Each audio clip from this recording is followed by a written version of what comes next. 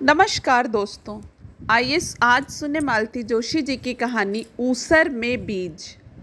कहानी शुरू करते हैं दोस्तों। गुड़िया, सुनील चाचा का फ़ोन था। एक बुरी खबर है गुड़िया, अपना निक्की नहीं रहा।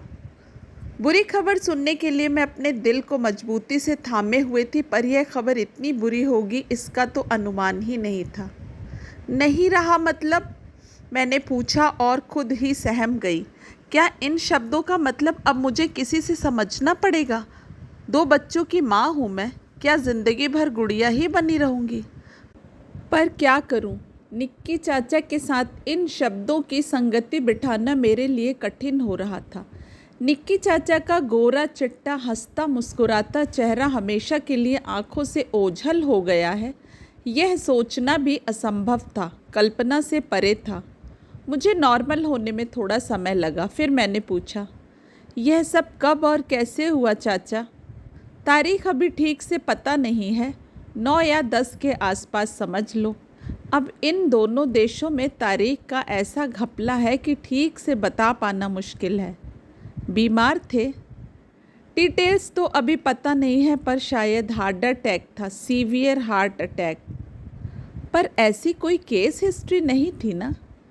हो सकता है पहला ही अटैक जानलेवा साबित हुआ हो। पर एक बात अच्छी ये हुई कि उसने बेहोश होने से पहले एम्बुलेंस को फ़ोन कर दिया था, नहीं तो किसी को पता ही न चलता और लाश कमरे में पड़ी सड़ती रहती। लाश?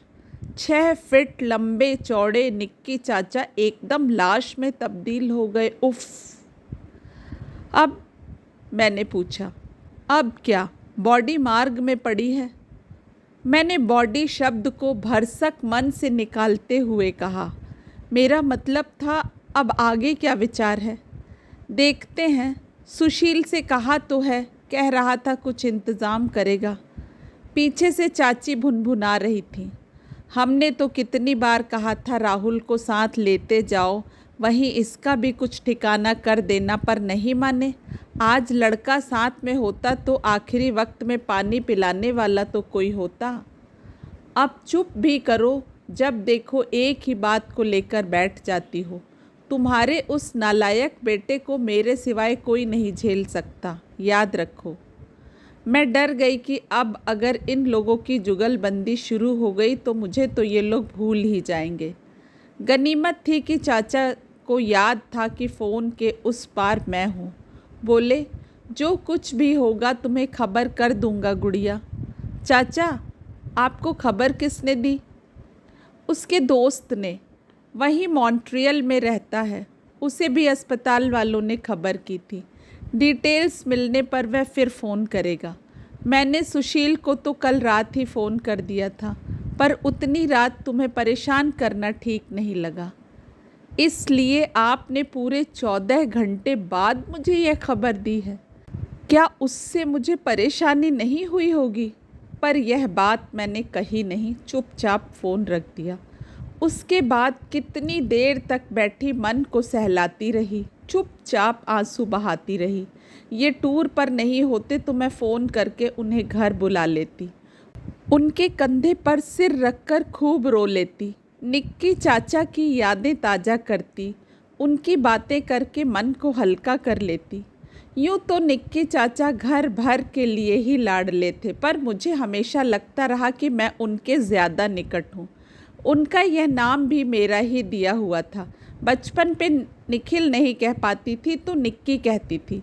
परिवार की बड़ी बेटी थी तो चचेरे फुफेरे भाई बहनों ने भी बाद में यही नाम उठा लिया। वे सबके लिए निक्की चाचा या निक्की मामा हो गए। और तो और भाई भाभीयों के लिए भी वे निक्की और निक्कू हो गए। करीब आधा पौन घंटा शांति से बैठने के बाद मैंने दिल्ली सुशील चाचा को फ़ोन लगाया। चाचा, अभी अभी झांसी से मुझे इस हादसे की खबर मिली है। आपके पास भी फ़ोन आया होगा ना? हाँ, कल रात को ही आ गया था। It was simply shocking. मैं तो अब तक यकीन नहीं कर पा रहा हूँ। अब आगे क्या इरादा है?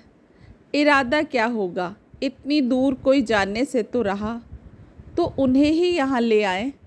मैंने जानबूझकर बॉडी शब्द का प्रयोग नहीं किया, मुझसे किया ही नहीं गया। पर सुशील चाचा ने ऐसी कोई भावुकता नहीं बरती। छूटते ही बोले, पागल हुई हो? बॉडी यहाँ लाने का मतलब जानती हो? पूरे 2 लाख का खर्च है। इतना किसके पास है? फिर क्या? सिम्मी का देवर वहाँ कैलिफोर्निया में है। उतना पास तो नहीं है, पर हमारे मुकाबले पास ही कहा जाएगा। उसको कांटेक्ट कर रहा हूँ। सिम्मी कौन? तुम्हारी चाची की छोटी बहन, बेरल वाली। चाची की छोटी बहन का देवर? वह निक्की चाचा के अंतिम संस्कार का भार उठाएगा। मेरा मन तो इसके लिए बिल्कुल भी राजी नहीं हुआ।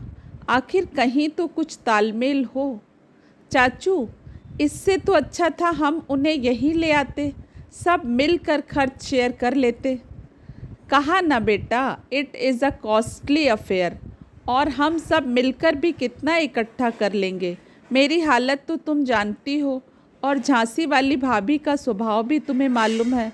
भैया कुछ दे भी देंगे तो भाभी मरने के बाद भी निक्की को कोसती रहेंगी।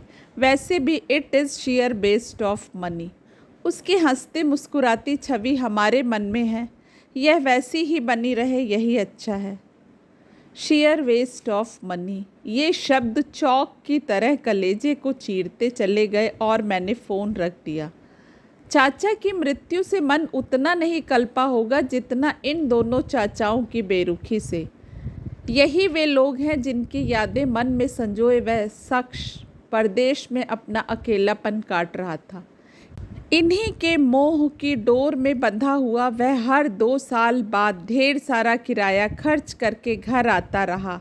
जब भी आता चारों तरफ खुशियों की बरसात कर देता। ये खुशियाँ सौगातों के रूप में बरसती। बच्चा बूढ़ा कोई भी उपहारों की लिस्ट में नहीं छूटता था। नए जन्मे बच्चे से लेकर नई ब्याही दुल्हनिया तक सब उनकी याद में दर्ज थे। हम लोगों के घरों में जितना भी कीमती दुर्लभ सामान है, सब निक्की चाचा की बदौलत है। जब तक रहते एक उत्सव का माहौल बना रहता। 1-2 बार मैंने कहा था, चाचा इतने शाह खर्च मत बनो, अकेले हो, बुढ़ापे के लिए कुछ बचा कर रखो। वे कहते, गुड़िया, मैं वेलफेयर स्टेट का बाशिंदा हूँ, मेरे बुढ़ापे की फ़िक्र मेरी गवर्नमेंट करेगी। मैं तो यहाँ भागकर इसलिए आता हूँ कि ये नए बच्चे मुझे याद रखें। भैया भाभी लोग तो मुझे भूलेंगे नहीं, जानता हूँ। उनका प्यार भी मुझ पर हमेशा बना रहेगा, इसका विश्वास है।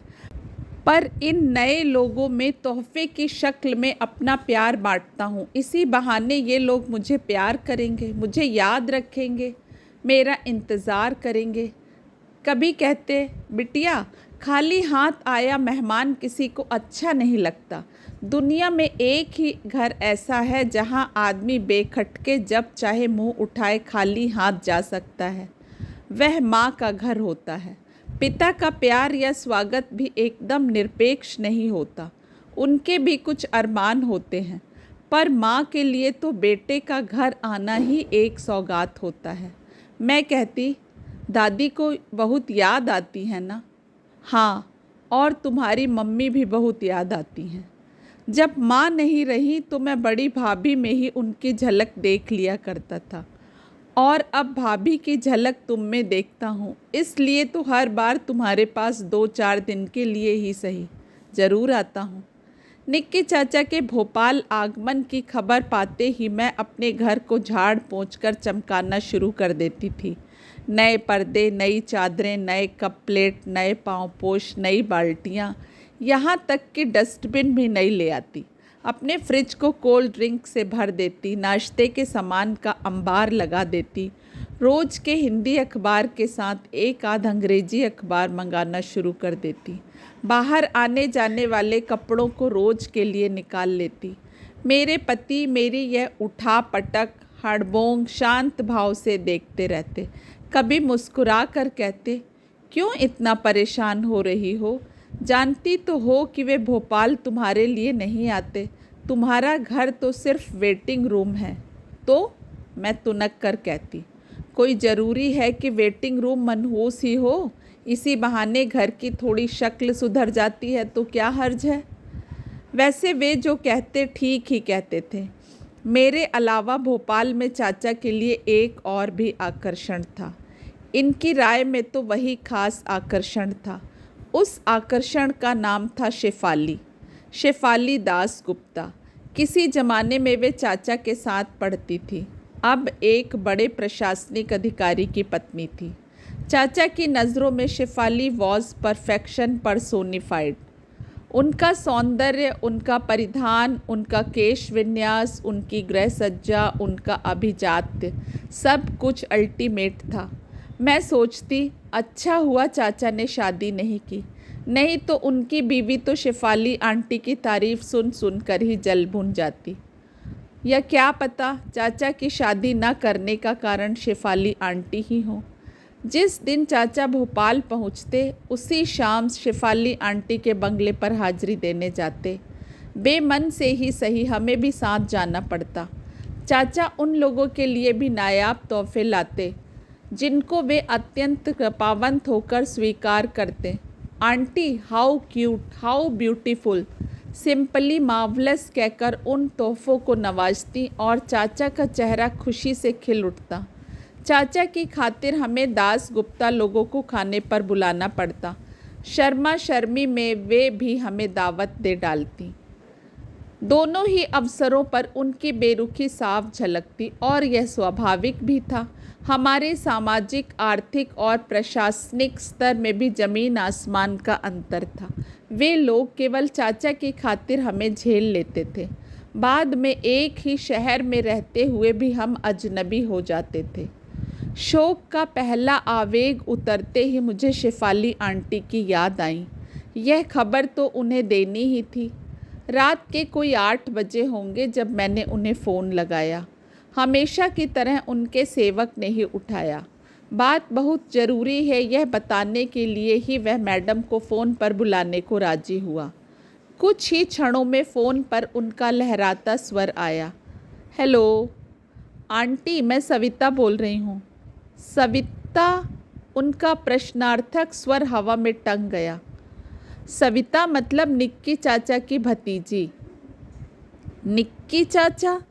निक्की चाचा मतलब मिस्टर निखिल रायज़ादा, कनाडा वाले। ओह, तुम्हारा नाम तो कुछ और हुआ करता था। जी, वो घर पर मुझे गुड़िया कहते हैं ना। ओके, अच्छा बोलो कैसे फ़ोन किया? निखिल आए हुए हैं क्या? दरअसल आंटी, मैं कुछ कहने जा रही थी कि कहूँ का एक सैलाब कानों से टकराया। आंटी घर में गेस्ट हैं? हाँ, पार्टी चल रही थी। कोई ख़ास बात? ख़ास बात क्या होगी? यू नो माई हस्बैंड, उन्हें तो बस बहाना चाहिए। ही is so fond of celebrations.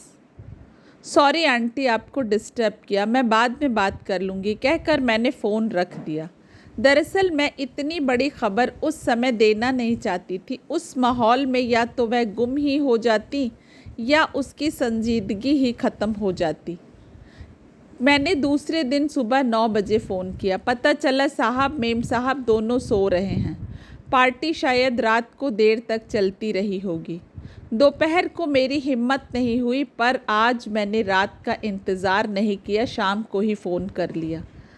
Savita नाम सुनकर फिर वो असमंजस में पड़ गई, पर आज याद दिलाना नहीं पड़ा, खुद ही याद आ गया।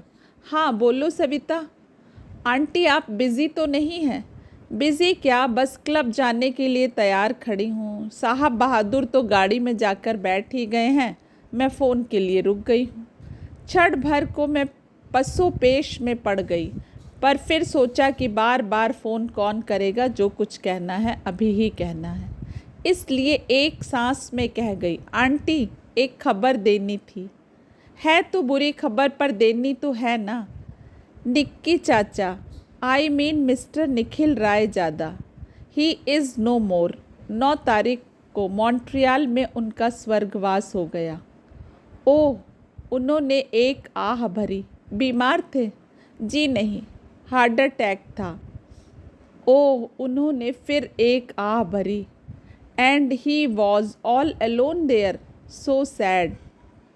फिर उन्होंने पीछे मुड़कर किसी से कहा, साहब से कहो आ रही हूँ।